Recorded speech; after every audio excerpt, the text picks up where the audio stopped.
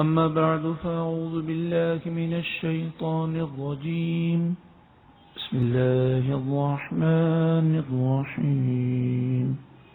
اهدنا الصراط المستقيم صراط الذين أنعمت عليهم اللهم اشغل جوارحنا بطاعتك وقلوبنا بمعرفتك واشغلنا طول حياتنا في ليلنا ونهارنا وألحقنا بالذين تقدموا من الصالحين وارزقنا ما رزقتهم وكلنا كما كنت لهم آمين. إن الله ملائكته يصلون على النبي يا أيها الذين آمنوا صلوا عليه وسلموا تسليما. صلى الله على النبي الأمي وآله صلى الله عليه وسلم صلاة وسلاما عليك يا سيدي يا سيدي يا سيدي يا مكي يا مدني يا رحمة للعالمين يا شفيع المذنبين يا سيد المرسلين يا نبي الله يا حبيب الله يا نور الله يا رسول الله. آج کا جو عنوان ہے وہ عنوان انتہائی اہمیت کا حامل ہے. بنے ہوئے کام بگڑتے ہیں، آخر کیوں؟ ہر کوئی اپنی لائف میں، اپنی زندگی میں ایسے کئی واقعات سے دوچار ہوا ہوگا کہ کامیابی بہت قریب آ چکی، یا کامیاب انسان ہو چکا ہے، کام بن چکا ہے، لیکن پھر وہ بنا ہوا کام بگڑ جاتا ہے. اور ایسے کئی واقعات ہمارے ساتھ ہوئے ہوں گے. آج کی یہ نشست ہمیں یہ سوچ دیتی ہے کہ کبھی ہم نے یہ سوچا کہ ہمارا بنا ہوا کام کیوں بگڑ جاتا ہے. آئیے قرآن مجید فرقان حمید سے فیض حاصل کرتے ہوئے اس موضوع پر چند باتیں سماعت کرنے کی کوشش کرتے ہیں. سورہ کہف آیت نمبر 32 سے لے کر 44 تک، یعنی 32 سے لے کر 44 تک، اور یہ 15ویں پارے کا 17واں رکوع ہے. اللہ رب العالمین نے دو شخصوں کا واقعہ بیان کیا. ارشاد فرمایا وَاضْرِبْ لَهُمْ مَثَلَ الرَّجُلَيْنِ. اے محبوب صلی اللہ علیہ وسلم ان کافروں کو دو شخصوں کی مثال بیان کریں، انہیں دو شخصوں کا واقعہ بیان کیجئے. جعلنا لأحدهما جنتین من اعناب. ہم نے ان دو شخصوں میں سے ایک شخص کو انگوروں کے دو باغ عطا کیے. وحففناہما بنخل. اور وہ دو انگوروں کے جو باغ تھے ان کے چاروں طرف کھجور کے درخت تھے. وجعلنا بینہما زرعا. اور ہم نے ان دو انگوروں کے باغوں کے درمیان ایک کھیتی کو اگایا. کلتا الجنتین آتت اکلہا. یہ دونوں باغات اپنے پھل بہت اچھی طرح لے کر آتے، یعنی پیداوار بڑی خوب ہوتی. وَلَمْ تَظْلِمْ مِنْهُ شَيْئًا. اور کوئی چیز بھی کم نہ ہوتی. ان باغات نے ایسی پیداوار کی کہ کسی چیز کی کمی باقی نہ چھوڑی. دو انگور کے باغات ہیں، چاروں طرف کھجور کے درخت ہیں، بیچ میں بہت بڑی کھیتی ہے. اتنے پھلوں اور سبزیوں اور اناج کے لیے جو دقت ہے وہ پانی کی دقت ہے. کہ اگر پانی نہ ہو تو پھر ہرے بھرے باغات وہ ویران ہو جاتے ہیں۔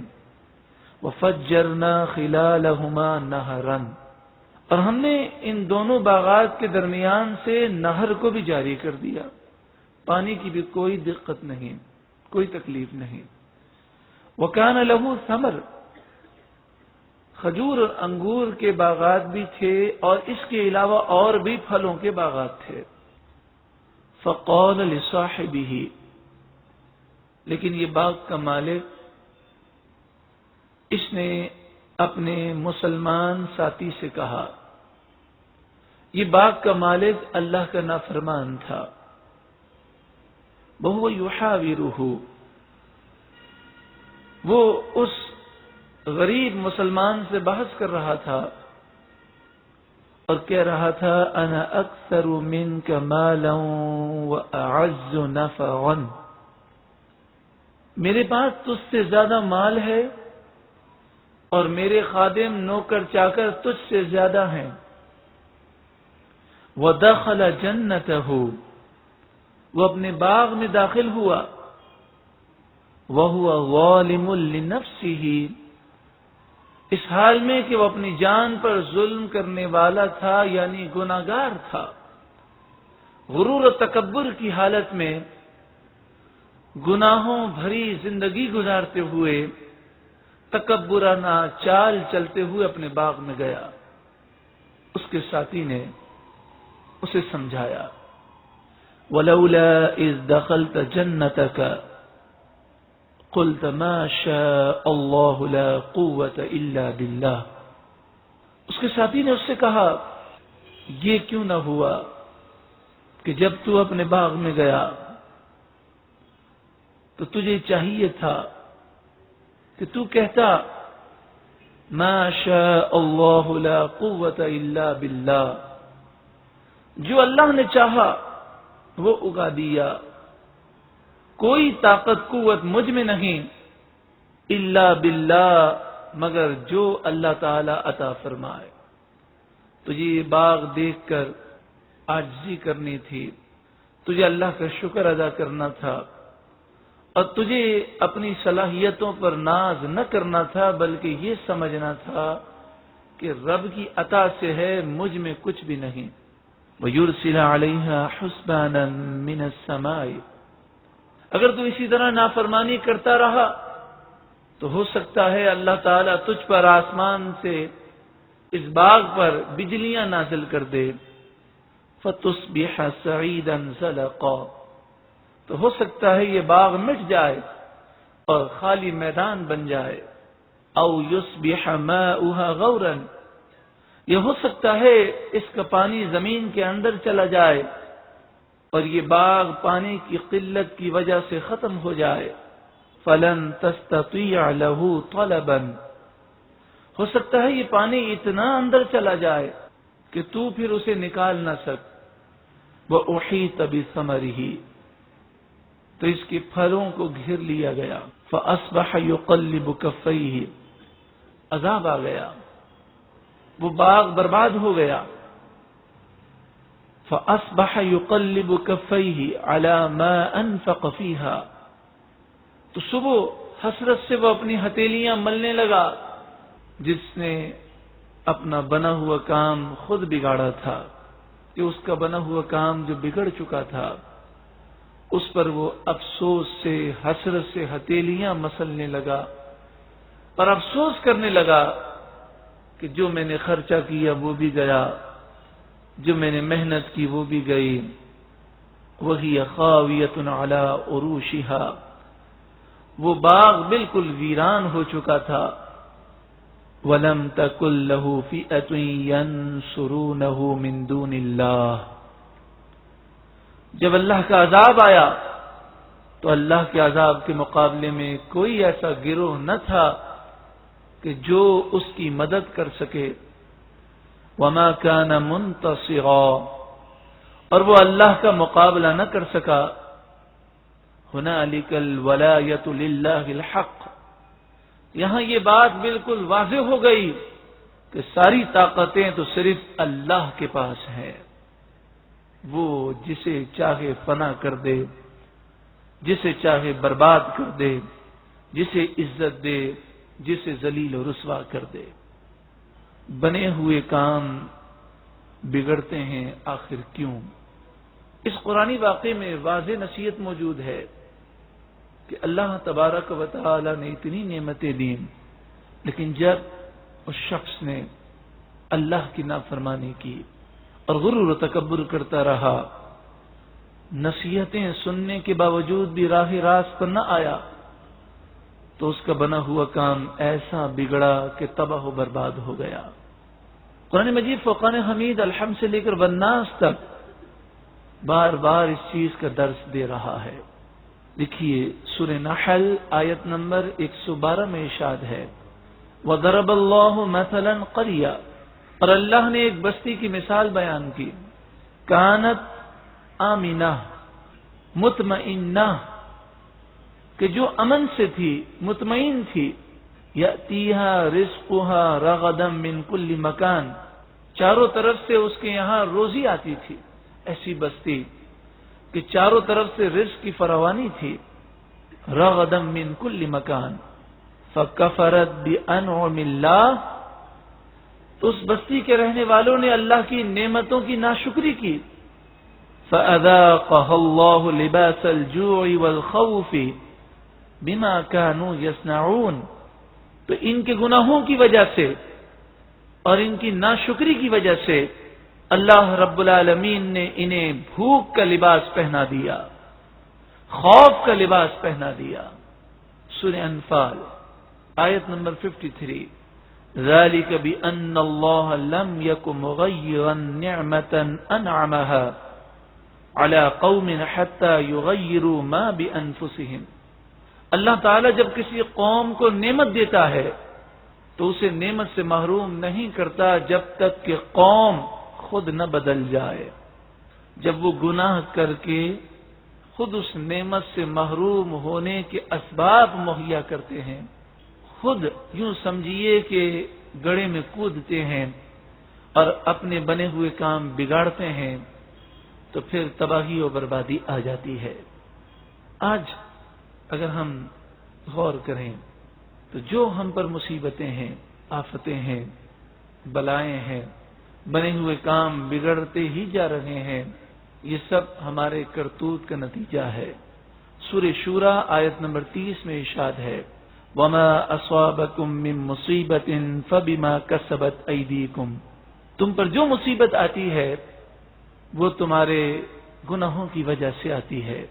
سورہ اعراف آیت نمبر 96 سے 100 تک ارشاد ہے وَلَوْ أَنَّ أَهْلَ الْقُرَىٰ آمَنُوا وَاتَّقَوْا، اگر بستی والے ایمان لاتے اور تقوی اختیار کرتے، لَفَتَحْنَا عَلَيْهِمْ بَرَكَاتٍ مِّنَ السَّمَاءِ وَالْأَرْضِ، تو ضرور ہم ان پر آسمان و زمین کی برکتوں کو کھول دیتے، وَلَكِنْ كَذَّبُوا، ہاں لیکن انہوں نے جھٹلایا، فَأَخَذْنَاهُمْ بِمَا كَانُوا يَكْسِبُونَ، تو ان کے گناہوں کی وجہ سے ہم نے انہیں پکڑ لیا۔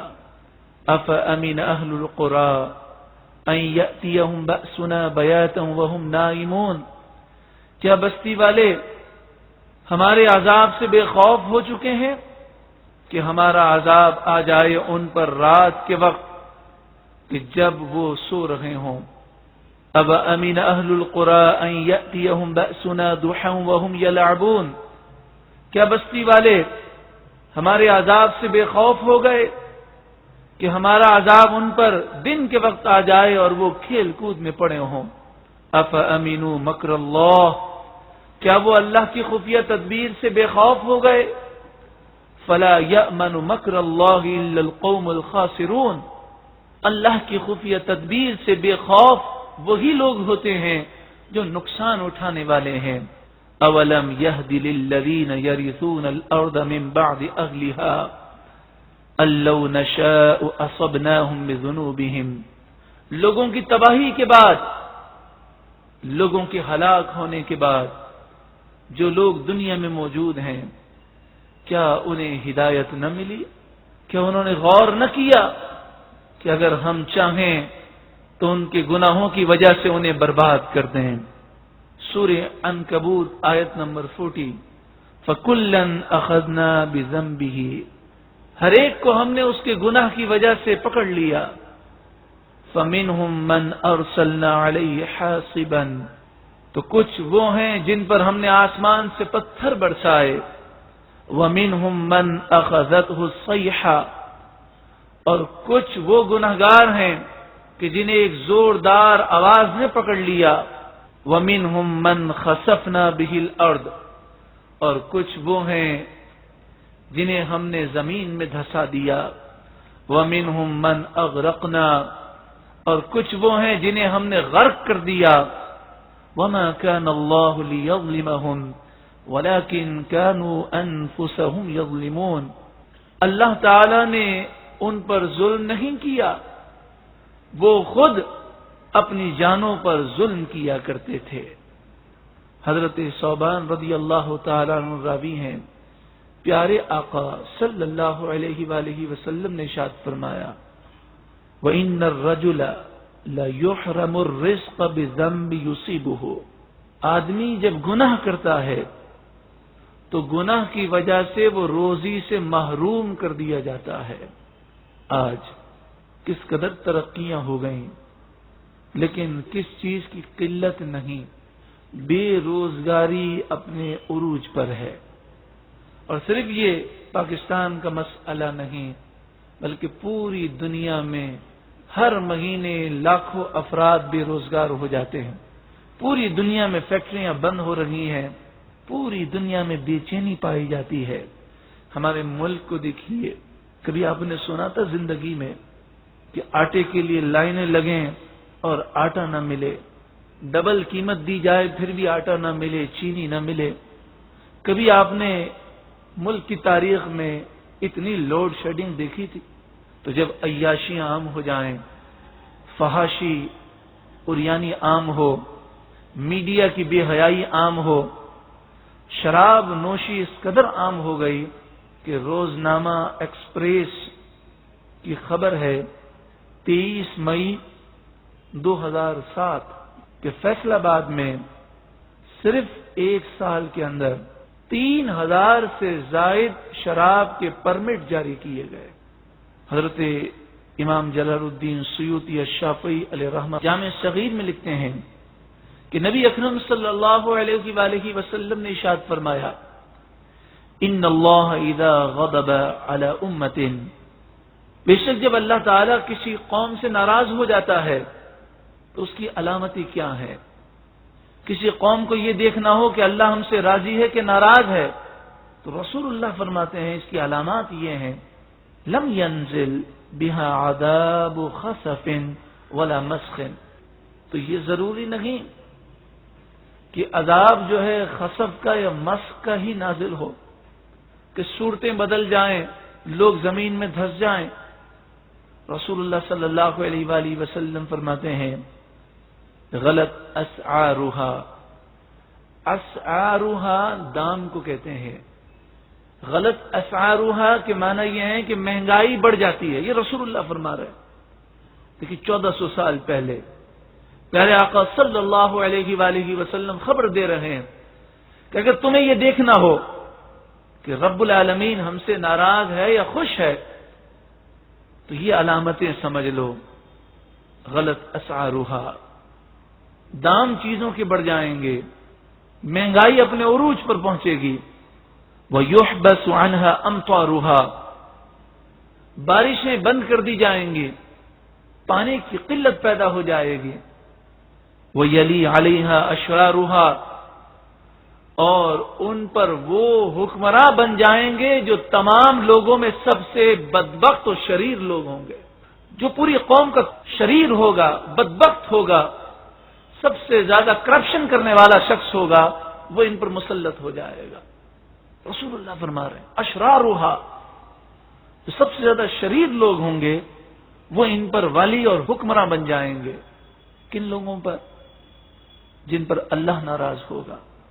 آج بتائیے، مہنگائی بھی ہے، پانی کی قلت بھی پائی جاتی ہے، اور حکمراں پوری دنیا کے اندر، یہ خاص طور پر اسلامی ممالک میں یہ رونا رویا جاتا ہے کہ حکمراں خود عیش و عشرت کی زندگی گزارتے ہیں، صرف ان کا ڈنر جو ہے وہ کروڑوں روپے میں ہو جاتا ہے، اور غریب کے منہ میں تو نوالا تک چھین لیا جاتا ہے.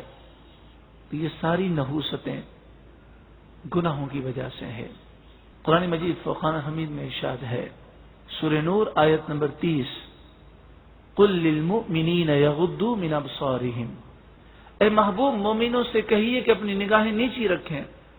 سورہ نور آیت نمبر 31 میں ارشاد ہے، وقل للمؤمنات یغضضن من ابصارہن، اے محبوب مسلمان عورتوں سے کہہ دیں کہ وہ اپنی نگاہوں کی حفاظت کریں، اپنی نگاہیں نیچی رکھیں. آج بتائیے کیا ہم اپنی نگاہوں کی حفاظت کرتے ہیں؟ بد نگاہی کا گناہ کتنا عام ہو گیا.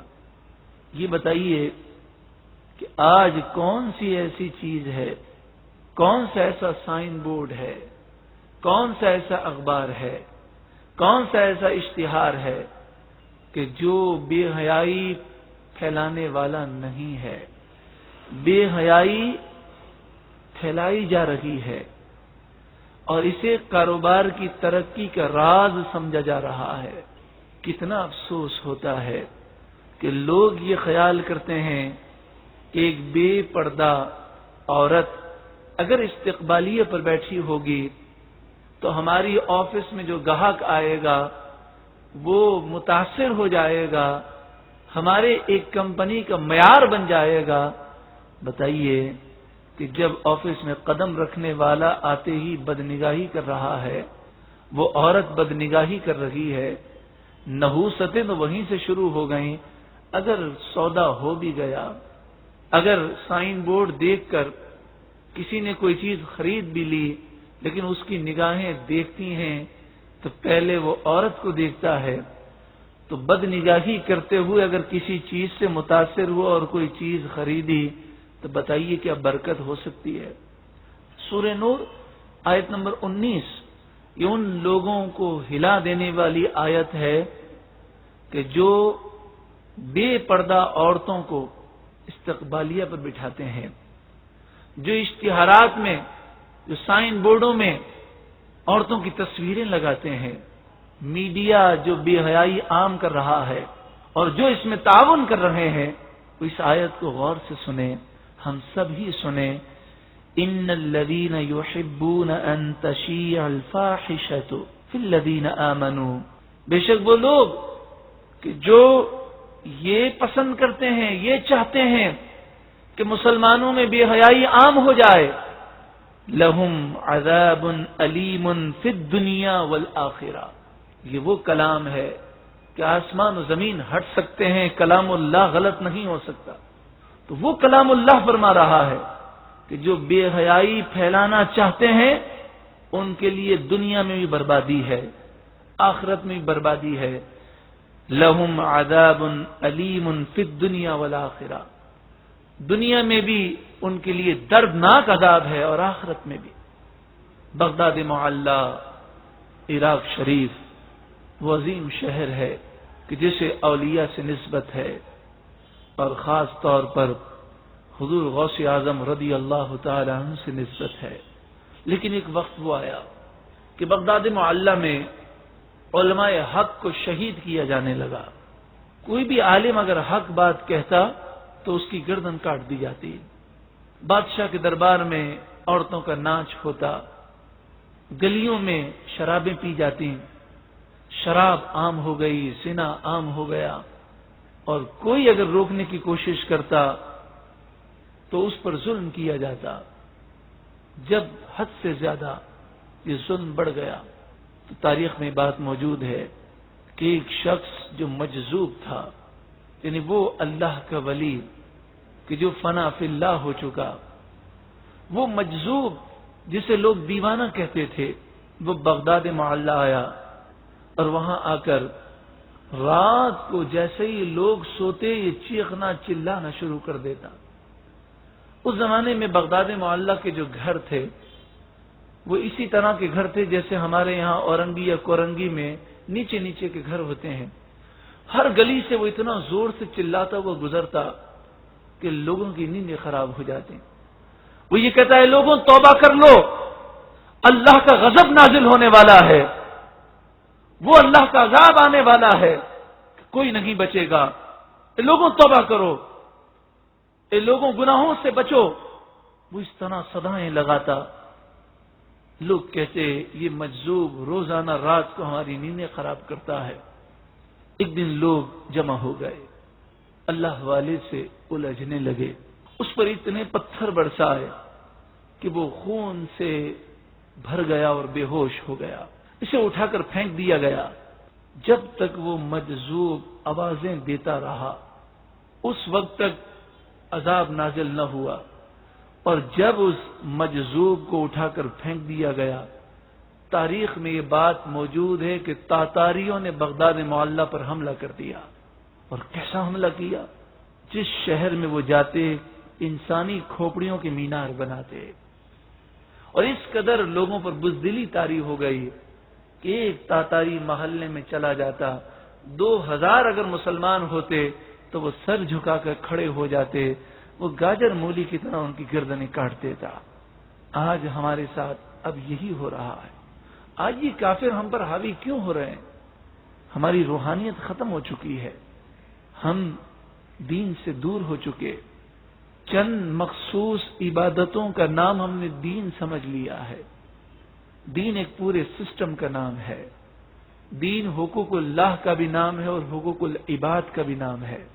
ہم 2-4 نمازیں پڑھ لیں، کبھی کبھی عمرہ کر لیں، رمضان میں روزے رکھ لیں تو ہم سمجھتے ہیں ہم دیندار ہیں۔ اگر ہم نے توبہ نہ کی تو بنے ہوئے کام تو کیا بگڑیں گے، بلکہ بیڑا یہ غرق ہو جائے گا۔ اگر توبہ نہ کی تو پھر اللہ کا غضب نازل ہو سکتا ہے، ایسی تباہی آ سکتی ہے کہ اس کے بعد کوئی چھٹکارا نہ ہو۔ سورہ نوح آیت نمبر 10 سے لے کر 14 تک ارشاد ہے، فَقُلْتُ اسْتَغْفِرُوا رَبَّكُمْ۔ حضرت نوح علیہ السلام نے اپنی قوم سے کہا، اے میری قوم، میں نے تم سے کہا کہ تم اپنے رب کی بارگاہ میں سچی پکی توبہ کرو، گناہوں سے باز آ جاؤ۔ انہ کان غفارا، بے شک وہ بخشنے والا مہربان ہے۔ یرسل السماء علیکم مدرارا، جب تم توبہ کرو گے تو تمہاری پانی کی قلت ختم ہو جائے گی، اور آسمان سے وہ تم پر موسلا دھار بارشیں نازل کرے گا۔ وَيُمْدِدْكُمْ بِأَمْوَالٍ وَبَنِينَ، اور جب تم توبہ کرو گے تو تمہارے مال میں اللہ برکت کر دے گا، تمہاری تنگ دستی اور یہ مہنگائی کا دور دورہ ختم ہوگا، تمہیں اولاد اللہ تعالیٰ عطا فرمائے گا۔ وَيَجْعَلْ لَكُمْ جَنَّاتٍ، اور تمہارے لیے اللہ باغات پیدا کر دے گا۔ وَيَجْعَلْ لَكُمْ أَنْهَارًا، اور تمہارے لیے نہریں جاری کر دے گا۔ مَا لَكُمْ لَا تَرْجُونَ لِلَّهِ وَقَارًا، در در کی ٹھوکریں کیوں کھاتے ہو؟ تمہیں کیا ہو گیا؟ رب العالمین سے عزت کیوں حاصل نہیں کرتے؟ اس کے فرما بردار بن جاؤ، دنیا میں بھی عزت ہے، آخرت میں بھی عزت ہے۔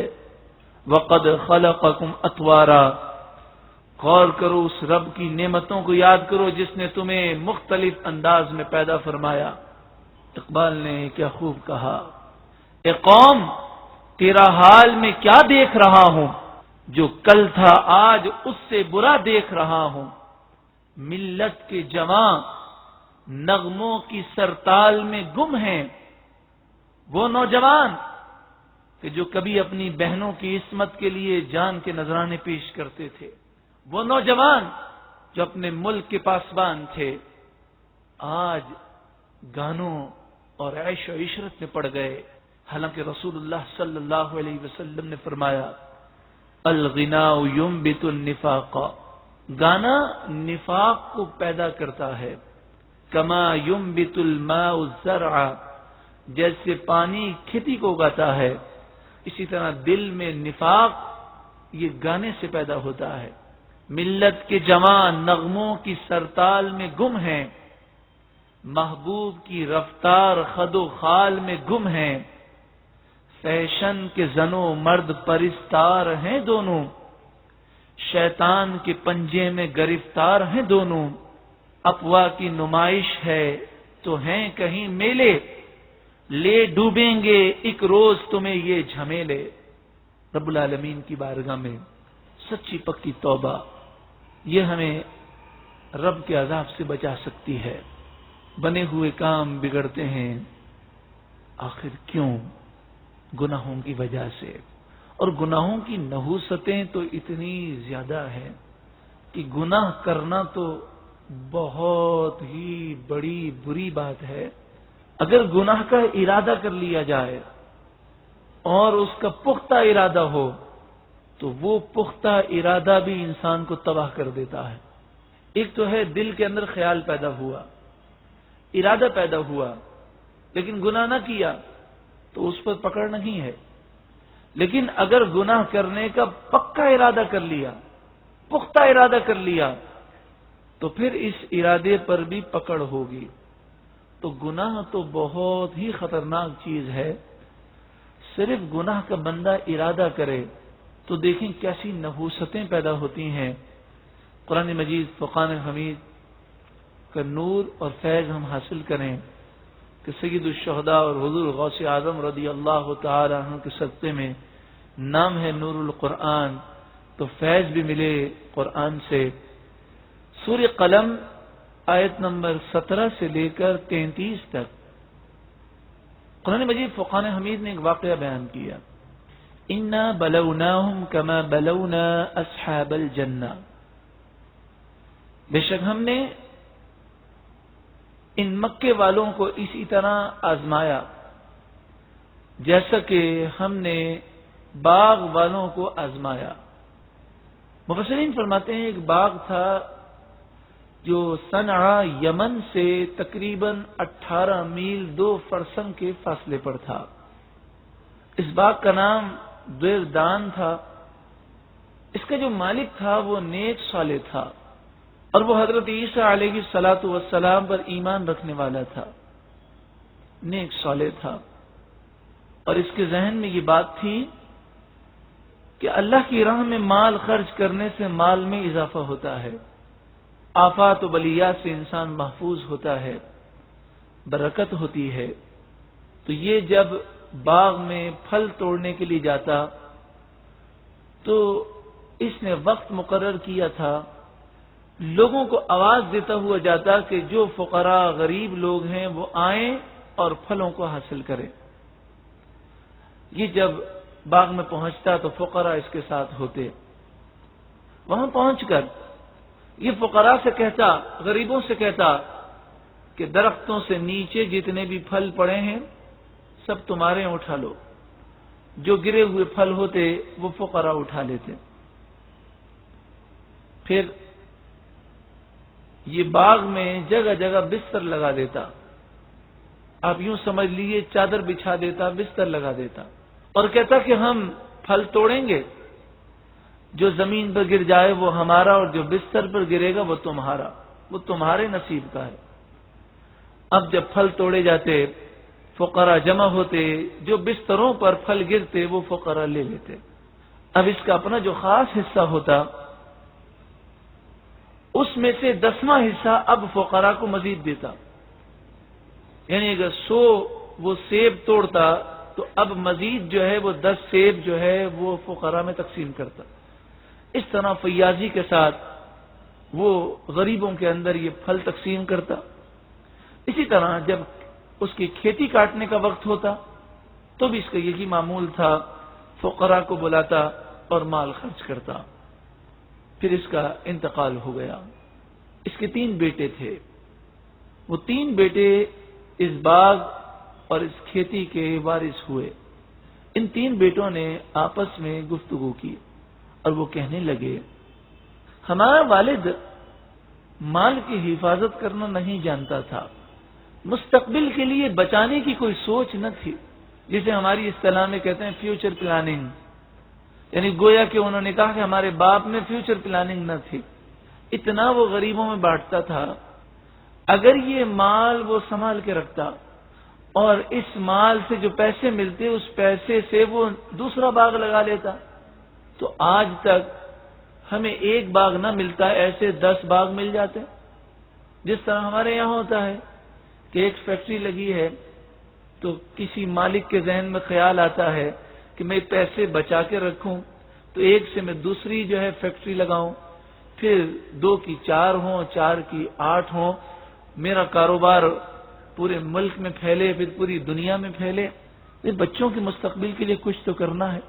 تو انہوں نے کہا ہمارے باپ نے ہمارے مستقبل کے لیے کچھ نہیں کیا، جو ضروری خرچہ ہوتا وہ رکھتا اور باقی سب غریبوں میں تقسیم کر دیتا۔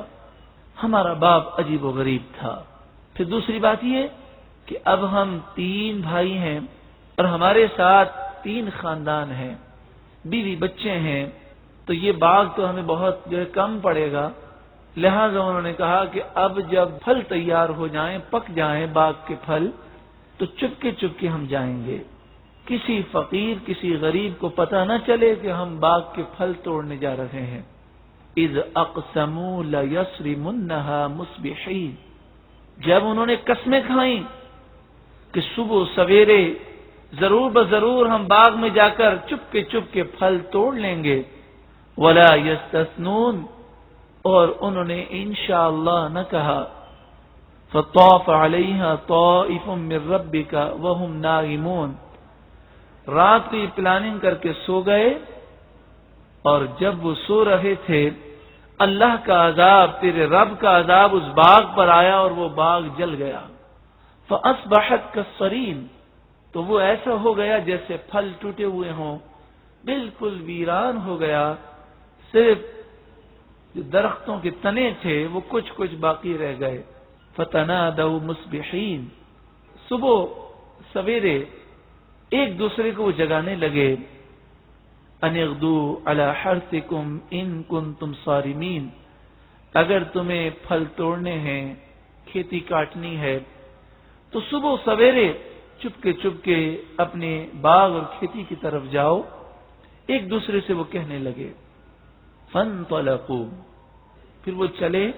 مفسرین فرماتے ہیں اس طرح چل رہے تھے کہ پاؤں کے پنجے کے بل، کہ کہیں چلنے کی آواز بھی کسی کو محسوس نہ ہو اور کوئی فقیر کوئی غریب آواز سن کر ہمارے پیچھے نہ لگ جائے۔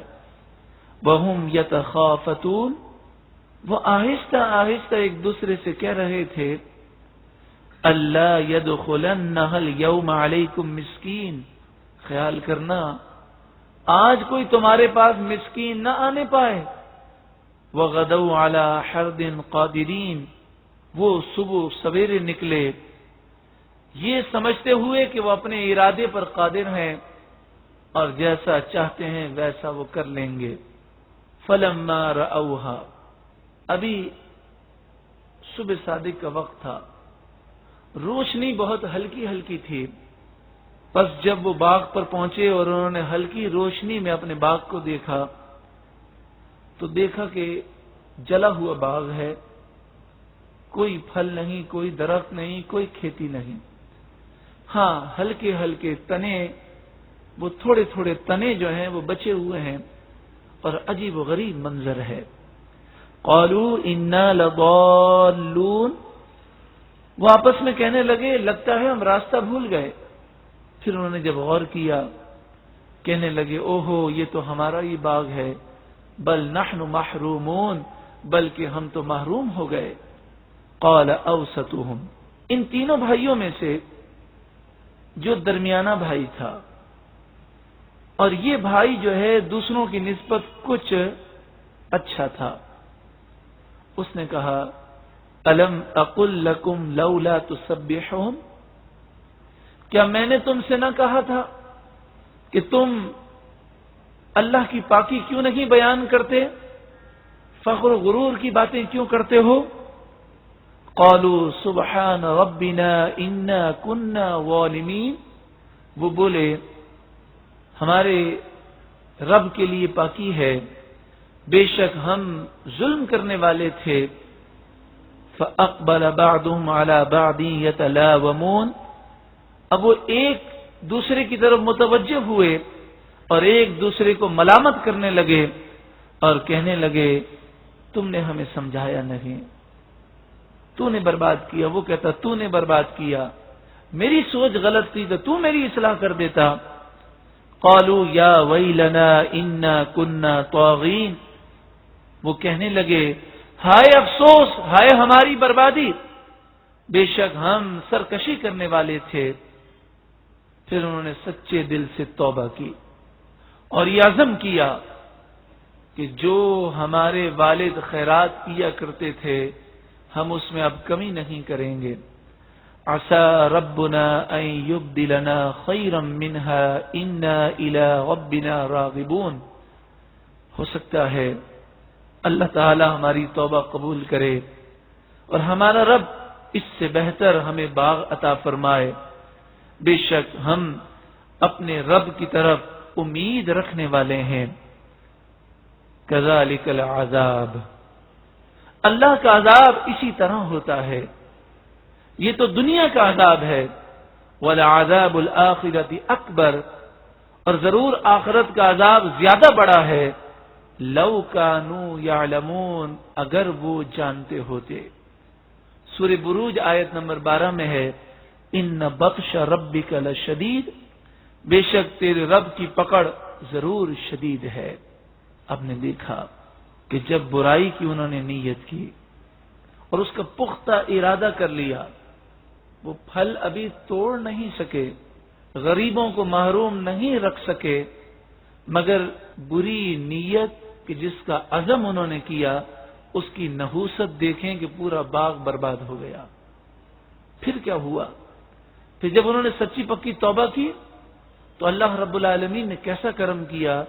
مفسرین فرماتے ہیں کہ اللہ تعالی نے انہیں ایک باغ دیا جس کا نام باغ حیوان ہے، اور اس باغ میں اللہ تعالی نے ایسی انہیں پیداوار عطا فرمائی، ایسے پھل عطا فرمائے کہ بڑی حیرانگی آپ کو ہوگی کہ آپ نے انگور کا ایک خوشہ دیکھا ہوگا، یہاں پر آپ نے انگور دیکھے ہیں کہ ایک خوشہ جو ہے وہ 1 پاؤ کا یا آدھا کلو کا ہوتا ہے، لیکن آپ عرب شریف میں جائیں تو ایسے انگور بھی نظر آتے ہیں کہ جو ایک خوشہ 1 کلو کا ہوتا ہے، بڑے بڑے انگور ہوتے ہیں۔ لیکن اللہ تبارک و تعالی نے ان کی توبہ ایسی قبول فرمائی کہ انہیں ایسا باغ دیا کہ اس کے انگور کا ایک خوشہ اتنا بھاری ہوتا تھا وہ گدھے پر لادا جاتا تھا، اتنا اس کا وزن ہوتا تھا۔ اگر ہم بھی اپنی سوچ میں تبدیلی پیدا کر لیں، اپنی سوچ کو پاکیزہ کر لیں، گناہوں سے سچی پکی توبہ بھی کریں، ہماری سوچ بھی پاکیزہ ہو جائے۔ اگر سوچ پاکیزہ ہو، ذہن پاکیزہ ہو تو دیکھیں کیسی برکتیں ہیں کہ انسان اگر کوئی نیکی نہ بھی کر سکے تب بھی نیکی کا ثواب دے دیا جاتا ہے۔ حدیث پاک میں ہے نبی اکرم صلی اللہ علیہ وآلہ وسلم نے فرمایا کل بروز قیامت ایک شخص کے سامنے نیکیوں کے پہاڑ ہوں گے، وہ عرض کرے گا مالک و مولا یہ نیکیاں تو میں نے نہیں کی، تو فرمایا جائے گا یہ وہ نیکیاں ہیں جس کی تو نے نیت کی تھی لیکن نہ کر سکا، پھر بھی ہم نے تجھے ثواب عطا فرما دیا۔ اور اگر برائی کا خیال انسان کرے تو کیسی نحوستیں ہیں۔ اس واقعے کے تحت ہم یوں بھی سمجھ لیں کہ بسا اوقات انسان کہتا ہے بڑا کاروبار اچھا چل رہا تھا، بڑا سکون تھا، نہ جانے کیا ہو گیا، کسی نے کچھ کروا دیا۔ تو ہم اس سے سوال کرتے ہیں کبھی آپ کے ساتھ بھی ایسا معاملہ ہوا ہو تو آپ ذرا اس وقت تصور کریں کہ کیا آپ نے کوئی نیکی کا کام یا خیرات کا کام بند تو نہیں کیا؟ یا یوں سمجھیے کہ شادی سے پہلے ماں باپ کی خدمت کی جاتی تھی، اب جو ہے شادی ہو گئی اور بال بچے بھی ہو گئے تو اب یہ کہتا ہے کہ اسکول کی فیس بھی دینی ہے، میرے بچوں کی وین کا کرایہ بھی دینا ہے، مجھے ان کا یونیفارم بھی کرنا ہے، مجھے ان کا اسکول بیگ بھی لینا ہے، لہذا امی میں آپ کو کچھ نہیں دے سکتا۔ تو کہیں ایسا تو نہیں کہ یہاں سے یہ خیرات کا راستہ بند کرتا ہے اور وہاں سے روزی کا دروازہ بند ہو جاتا ہے؟ حدیث پاک میں ہے نبی اکرم صلی اللہ علیہ وآلہ وسلم نے فرمایا کہ روٹی کا ایک ٹکڑا انسان اللہ کی راہ میں دیتا ہوتا ہے، لیکن جب بند کر دیتا ہے تو روزی کا دروازہ بند ہو جاتا ہے کہ اس ایک ٹکڑے کی وجہ سے روزی کا دروازہ کھلا ہوتا ہے. تو کہیں ایسا تو نہیں کہ ہم جو اللہ کی راہ میں مال خرچ کیا کرتے تھے تو اگر کوئی کمی آئی تو ماں باپ کے خرچے میں کمی آئے گی. ہاں میرے جو بچے ہیں ان کے اخراجات کا تو میں اچھے سے اچھا خیال رکھوں گا, اچھے سے اچھی اسکول میں ڈالوں گا, لیکن اگر میری آمدنی میں کچھ کمی ہو گئی تو سارا بجٹ جو شارٹ ہوگا وہ ماں باپ کا ہی ہوگا. یہ کیسی گھٹیا سوچ ہے, کیسی گری ہوئی سوچ ہے. تو بات چل رہی تھی نیت پر کہ بری نیت انسان کرے, اور بری نیت کب ہوتی ہے؟ جب تصورات اور خیالات گندے ہو جاتے ہیں. تو پھر اس کا عزم اور ارادہ کر لیا جائے اور پختہ ارادہ ہو تو اس کی نحوست ہی نحوست ہے. لیکن اگر اچھی نیت کی جائے اور اچھے ارادے ہوں تو کیسی کیسی برکتیں ملتی ہیں. حدیث پاک میں ہے کہ ایک شخص اپنی قوم کے پاس سے گزرا, پوری قوم قحط میں مبتلا تھی. اب اس کی سوچ پاکیزہ تھی. اس نے اپنی قوم کو دیکھا, سوچا کس قدر میری قوم جو ہے وہ قحط سالی میں مبتلا ہے. پھر اس نے پہاڑ کو دیکھا, پہاڑ کو دیکھ کر اس نے تمنا کی کاش یہ پہاڑ برابر میرے پاس آٹا ہوتا تو یہ پہاڑ برابر آٹا میں آج کنجوسی نہ کرتا بلکہ اپنی قوم میں تقسیم کر دیتا. اس وقت کے نبی پر وحی نازل ہوئی اور فرمایا گیا کہ میرے اس بندے سے جا کر کہہ دو کہ اس پہاڑ کے برابر آٹا خیرات کرنے کا ثواب تیرے نامہ اعمال میں لکھ دیا گیا. یہ تو ایک ہے پاکیزہ سوچ, اور ایک گھٹیا اور گندی سوچ. جب رمضان المبارک آنے والا ہوتا ہے تو رجب ہی سے اناج کو اسٹور کرنا مالدار لوگ شروع کر دیتے ہیں, ذخیرہ اندوزی کرتے ہیں اور پھر مال کو روک دیتے ہیں. جب چیزوں کی شارٹیج پیدا ہوتی ہے تو جب ریٹ بڑھ جاتے ہیں, دام بڑھ جاتے ہیں تو پھر یہ مال نکالتے ہیں. حالانکہ ذخیرہ اندوزی حرام ہے. ایک بوری اناج, ایک ٹرک یا کئی ٹرنکوں کی بات نہیں, ایک بوری اناج بھی اگر اس نیت سے روک لی کہ جب دام بڑھیں گے پھر بیچوں گا, یہ حرام ہے, اس کا نفع بھی حرام ہے. بلکہ یہ سوچ بھی ایسی گھٹیا ہے کہ دنیا بھی تباہ ہوگی, آخرت بھی برباد ہو جائے. بتائیے کون سا تاجر ہے جو اس میں مبتلا نہیں؟ اگر جو ایسا کام نہیں کر رہا تو وہ جو اس کی سوچ ہے وہ سوچ یہی ہے کہ اگر یہ بزنس مجھے بھی ملتا تو دیکھو اس نے لاکھ روپے خرچ کیے اور 3 لاکھ کما لیے.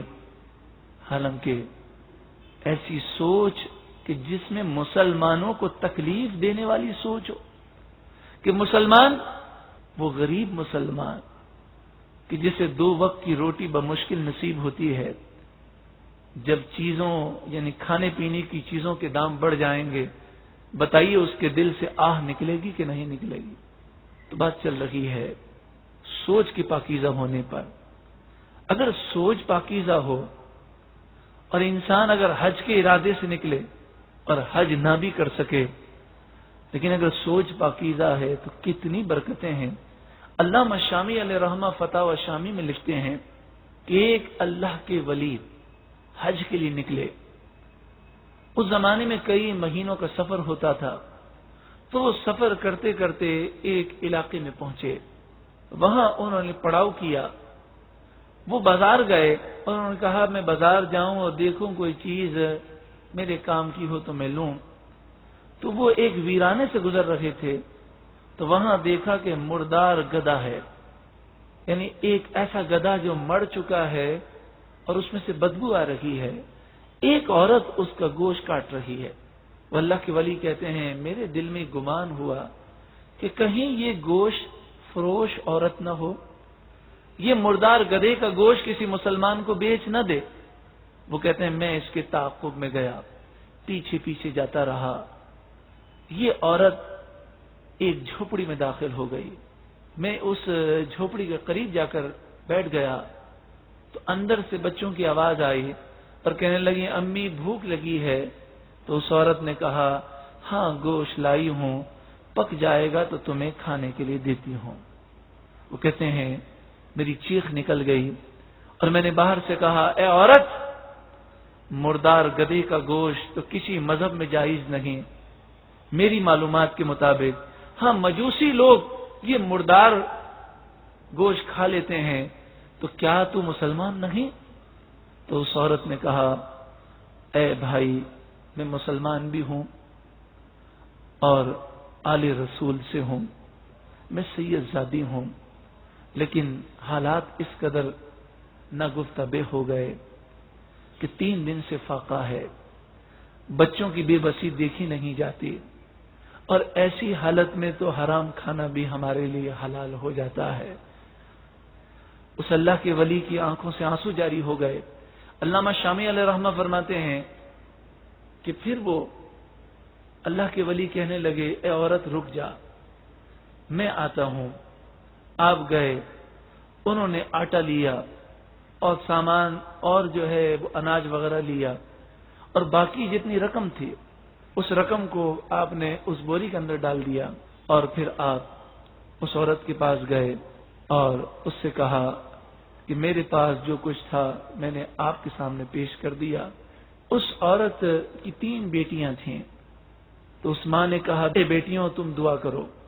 ایک بیٹی نے دعا کی، دوسری نے دعا کی، تیسری نے دعا کی، پھر اس عورت نے دعا کی۔ ان دعاؤں کا خلاصہ یہ تھا اے اللہ، یہ بندہ حج کے لیے نکلا لیکن حج کی رقم ہمیں دے دی، تو اسے حج کا ثواب نصیب فرما۔ یہ اللہ کے ولی اپنے قافلے میں پہنچے اور وہاں پہنچ کر وہ اپنے ساتھیوں سے کہتے ہیں کہ میرا اس سال حج کرنے کا ارادہ نہیں، مجھ پر جو حج فرض تھا وہ تو میں کر چکا، اور یہ میرا نفلی حج تھا۔ تو وہ لوگ کہنے لگے بڑی عجیب بات ہے، سفر میں ہو، آدھا سفر ہو گیا، بڑی محرومی کی بات ہے۔ انہوں نے کہا بس میرا یہ فیصلہ ہے، تم جاؤ میں یہاں رہتا ہوں۔ وہ قافلہ چلا گیا۔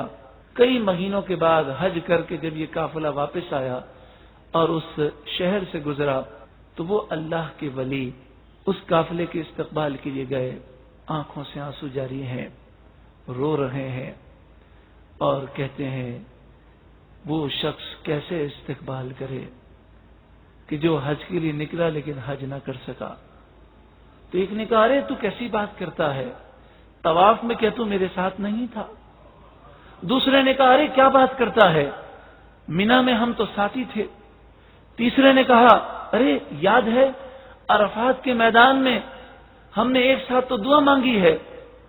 وہ حیران تھا کہ ایک شخص آگے بڑھا اور اس اللہ کے ولی کی خدمت میں آ کر کہتا ہے دیکھیں یہ وہ تھیلی ہے کہ جب رسول اللہ صلی اللہ علیہ وآلہ وسلم کی بارگاہ میں حاضر ہوئے اور سلام پیش کر کے ہم مسجد نبوی شریف سے باہر جا رہے تھے تو آپ نے مجھے یہ تھیلی دی تھی اور کہا تھا کہ فلاں شہر پہنچو تو مجھے دے دینا، یہ آپ کی امانت ہے، آپ لے لیجئے۔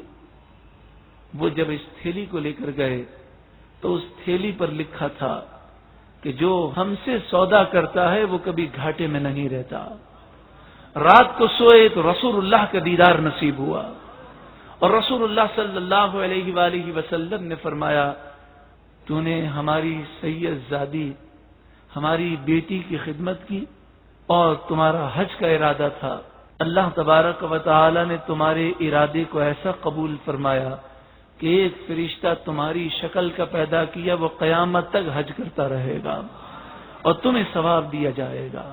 تو نیت اگر اچھی ہو، سوچ پاکیزہ ہو، تو انسان اگر اچھے کام نہ بھی کر سکے باوجود کوشش کے، اچھے کاموں سے مراد نفلی کام ہے، اگر وہ نہ بھی کر سکے پھر بھی ثواب دے دیا جاتا ہے۔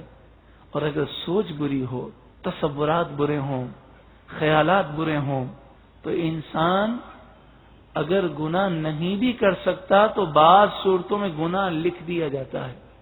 پھر وضاحت کر دوں، بری خیال پر اور وسوسے پر پکڑ نہیں ہے۔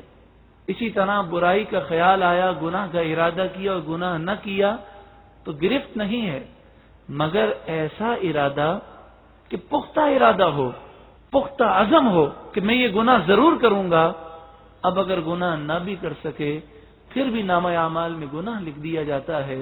حدیث پاک میں ہے کہ اگر کسی جگہ قتل ہو اور کوئی شخص وہاں پر حاضر نہ ہو، لیکن دل میں یہ تمنا ہو کہ اگر میں وہاں ہوتا تو میں بھی قتل کرتا اور مجھے حکومت سے نفع ملتا، تو اس کی یہ سزا ہے کہ اس کے بھی قاتلوں میں شمار کیا جائے گا۔ جیسا کہ واقع کربلا کے انداز میں آپ دیکھیں، یعنی مارکہ جو کربلا ہے اس کے اندر آپ دیکھیں کہ اس واقعے کے اندر جو لوگ وہاں پر موجود تھے ان کی تعداد تو 22,000 تھے، لیکن جن جن لوگوں نے یہ تمنا کی کہ ہم کربلا کے میدان میں ہوتے تو ہم بھی شریک ہوتے تاکہ یزید سے ہمیں فائدہ ملتا، وہ لوگ بھی تباہ و برباد ہوئے۔ تو اچھی سوچ اور پاکیزہ خیالات اسی وقت پیدا ہوں گے جب ہم نور قرآن سے روشن و منور ہوں گے۔ آپ سے یہ گزارش ہے، التماس ہے کہ زندگی میں ایک مرتبہ تو ہم مکمل قرآن پاک سننے اور سمجھنے میں کامیاب ہوں۔ کیا ہم اسی طرح زندگی گزاریں گے کہ الحمد سے لے کر والناس تک ایک مرتبہ بھی ہم قرآن سمجھنے میں ناکام ہوں؟ کتنا پیارا موقع ہے کہ راتیں لمبی، ان سردی کی لمبی راتوں کے بعد، فجر کی نماز کے بعد صرف تقریباً 1.25 گھنٹے کے لیے روزانہ خوشگوار زندگی پروگرام بحر شریعت مسجد میں انشاءاللہ 11 نومبر سے شروع ہو رہا ہے، جس میں تقریباً 4.5 مہینے میں مکمل قرآن الحمد سے لے کر والناس تک سننے میں ہم کامیاب ہوں گے۔ اگر آپ روزانہ نہیں آ سکتے تو کم از کم ایک بار تو ضرور آئیے گا، اس کی دعوت بھی عام کریں۔ انشاءاللہ ایک بار آئیں گے تو پھر آپ کا دل مزید آنے کو چاہے گا۔ 11 نومبر بروز بدھ فجر کی نماز کے بعد سے باہر شریعت مسجد میں یہ پروگرام شروع ہو رہا ہے۔ خواتین کے لیے پردے کا اہتمام ہے۔ اس کے علاوہ اچھی اچھی نیتیں ہمیں کرنی چاہیے، تو ہم کم از کم یہ نیت بھی کر لیں کہ روزانہ ایک پارے کی ہم تلاوت کریں تاکہ پورے مہینے میں ایک قرآن پاک ہمارا مکمل ہو جائے۔ تیسری نیت ہم یہ کریں کہ ہر جمعے کو عشاء کی نماز کے بعد جو نور قرآن نشست ہوتی ہے، اس نور قرآن نشست میں ہم ضرور بضرور شریک ہونے کی نیت کریں۔ ہر اتوار کو عصر تا مغرب ختم قادریہ شریف ہوتا ہے، اس میں بھی ہم شریک ہونے کی نیت کریں۔ اور آخر میں یہ عرض ہے کہ درود و سلام کے ٹوکن ہر دفعہ تقسیم کیے جاتے ہیں اور ماشاءاللہ آپ بڑے شوق کے ساتھ لیتے ہیں، تو آپ ذوق و شوق کے ساتھ اسے لیجئے کہ انشاءاللہ عز و جل جو بھائی آج درود و سلام کا ٹوکن لے گا اور جو بھائی اور جو بہن یہ نیت کریں گے کہ انشاءاللہ عز و جل روزانہ 1000 مرتبہ درود و سلام پڑھنے کی عادت بنانے کی کوشش کریں گے، انشاءاللہ تعالی رسول اللہ صلی اللہ علیہ وآلہ وسلم کی بارگاہ میں جب حاضری کا شرف نصیب ہوگا تو حضور کی بارگاہ میں یہ عرض کرنے کی کوشش کروں گا کہ یا رسول اللہ، آپ سے محبت رکھنے والے یہ عزم رکھتے ہیں کہ روزانہ 1000 بار درود و سلام پڑھیں گے، اور بڑی محبت کے ساتھ انہوں نے ٹوکن لیے ہیں۔ آپ ایسی نظر کرم ڈال دیں کہ دنیا بھی سنور جائے اور آخرت بھی سنور جائے۔ درود و سلام کے تو بے شمار فضائل ہیں، اور خاص طور پر 1000 مرتبہ درود و سلام کی یہ فضیلت سماعت کر لیں، پھر ہم اپنی گفتگو مکمل کرتے ہیں۔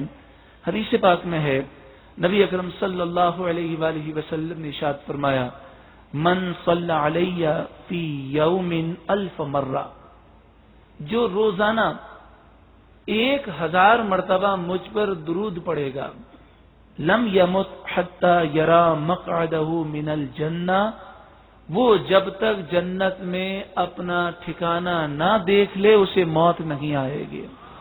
اللہ رب العالمین ہمیں خوب درود و سلام پڑھنے کی توفیق عطا فرمائے، ہماری سوچ پاکیزہ فرما دے، اور بری سوچ سے، بری نیتوں سے اور برے ارادوں سے اور ہر قسم کے گناہوں سے اللہ رب العالمین ہمیں محفوظ فرمائے۔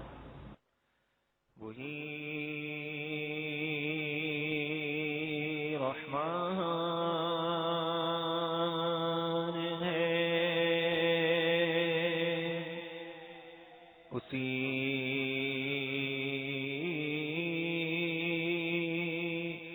کی رحمتوں کا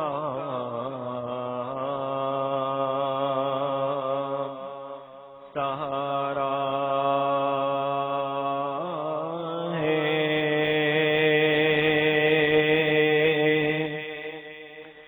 جب وہ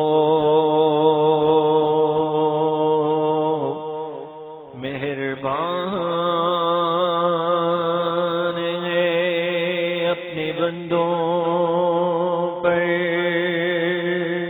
تو پھر کمی کس بات کی ہے؟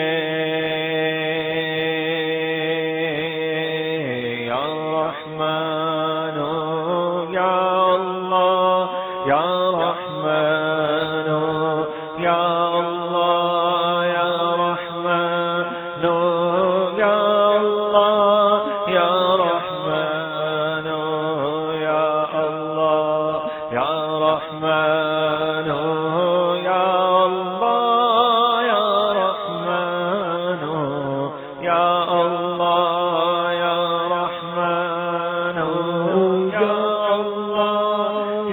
رحمان یا اللہ، یا رحمان یا اللہ، یا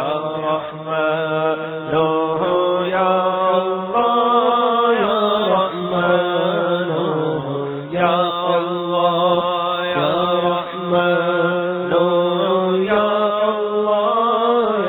رحمان یا اللہ، یا رحمان یا اللہ،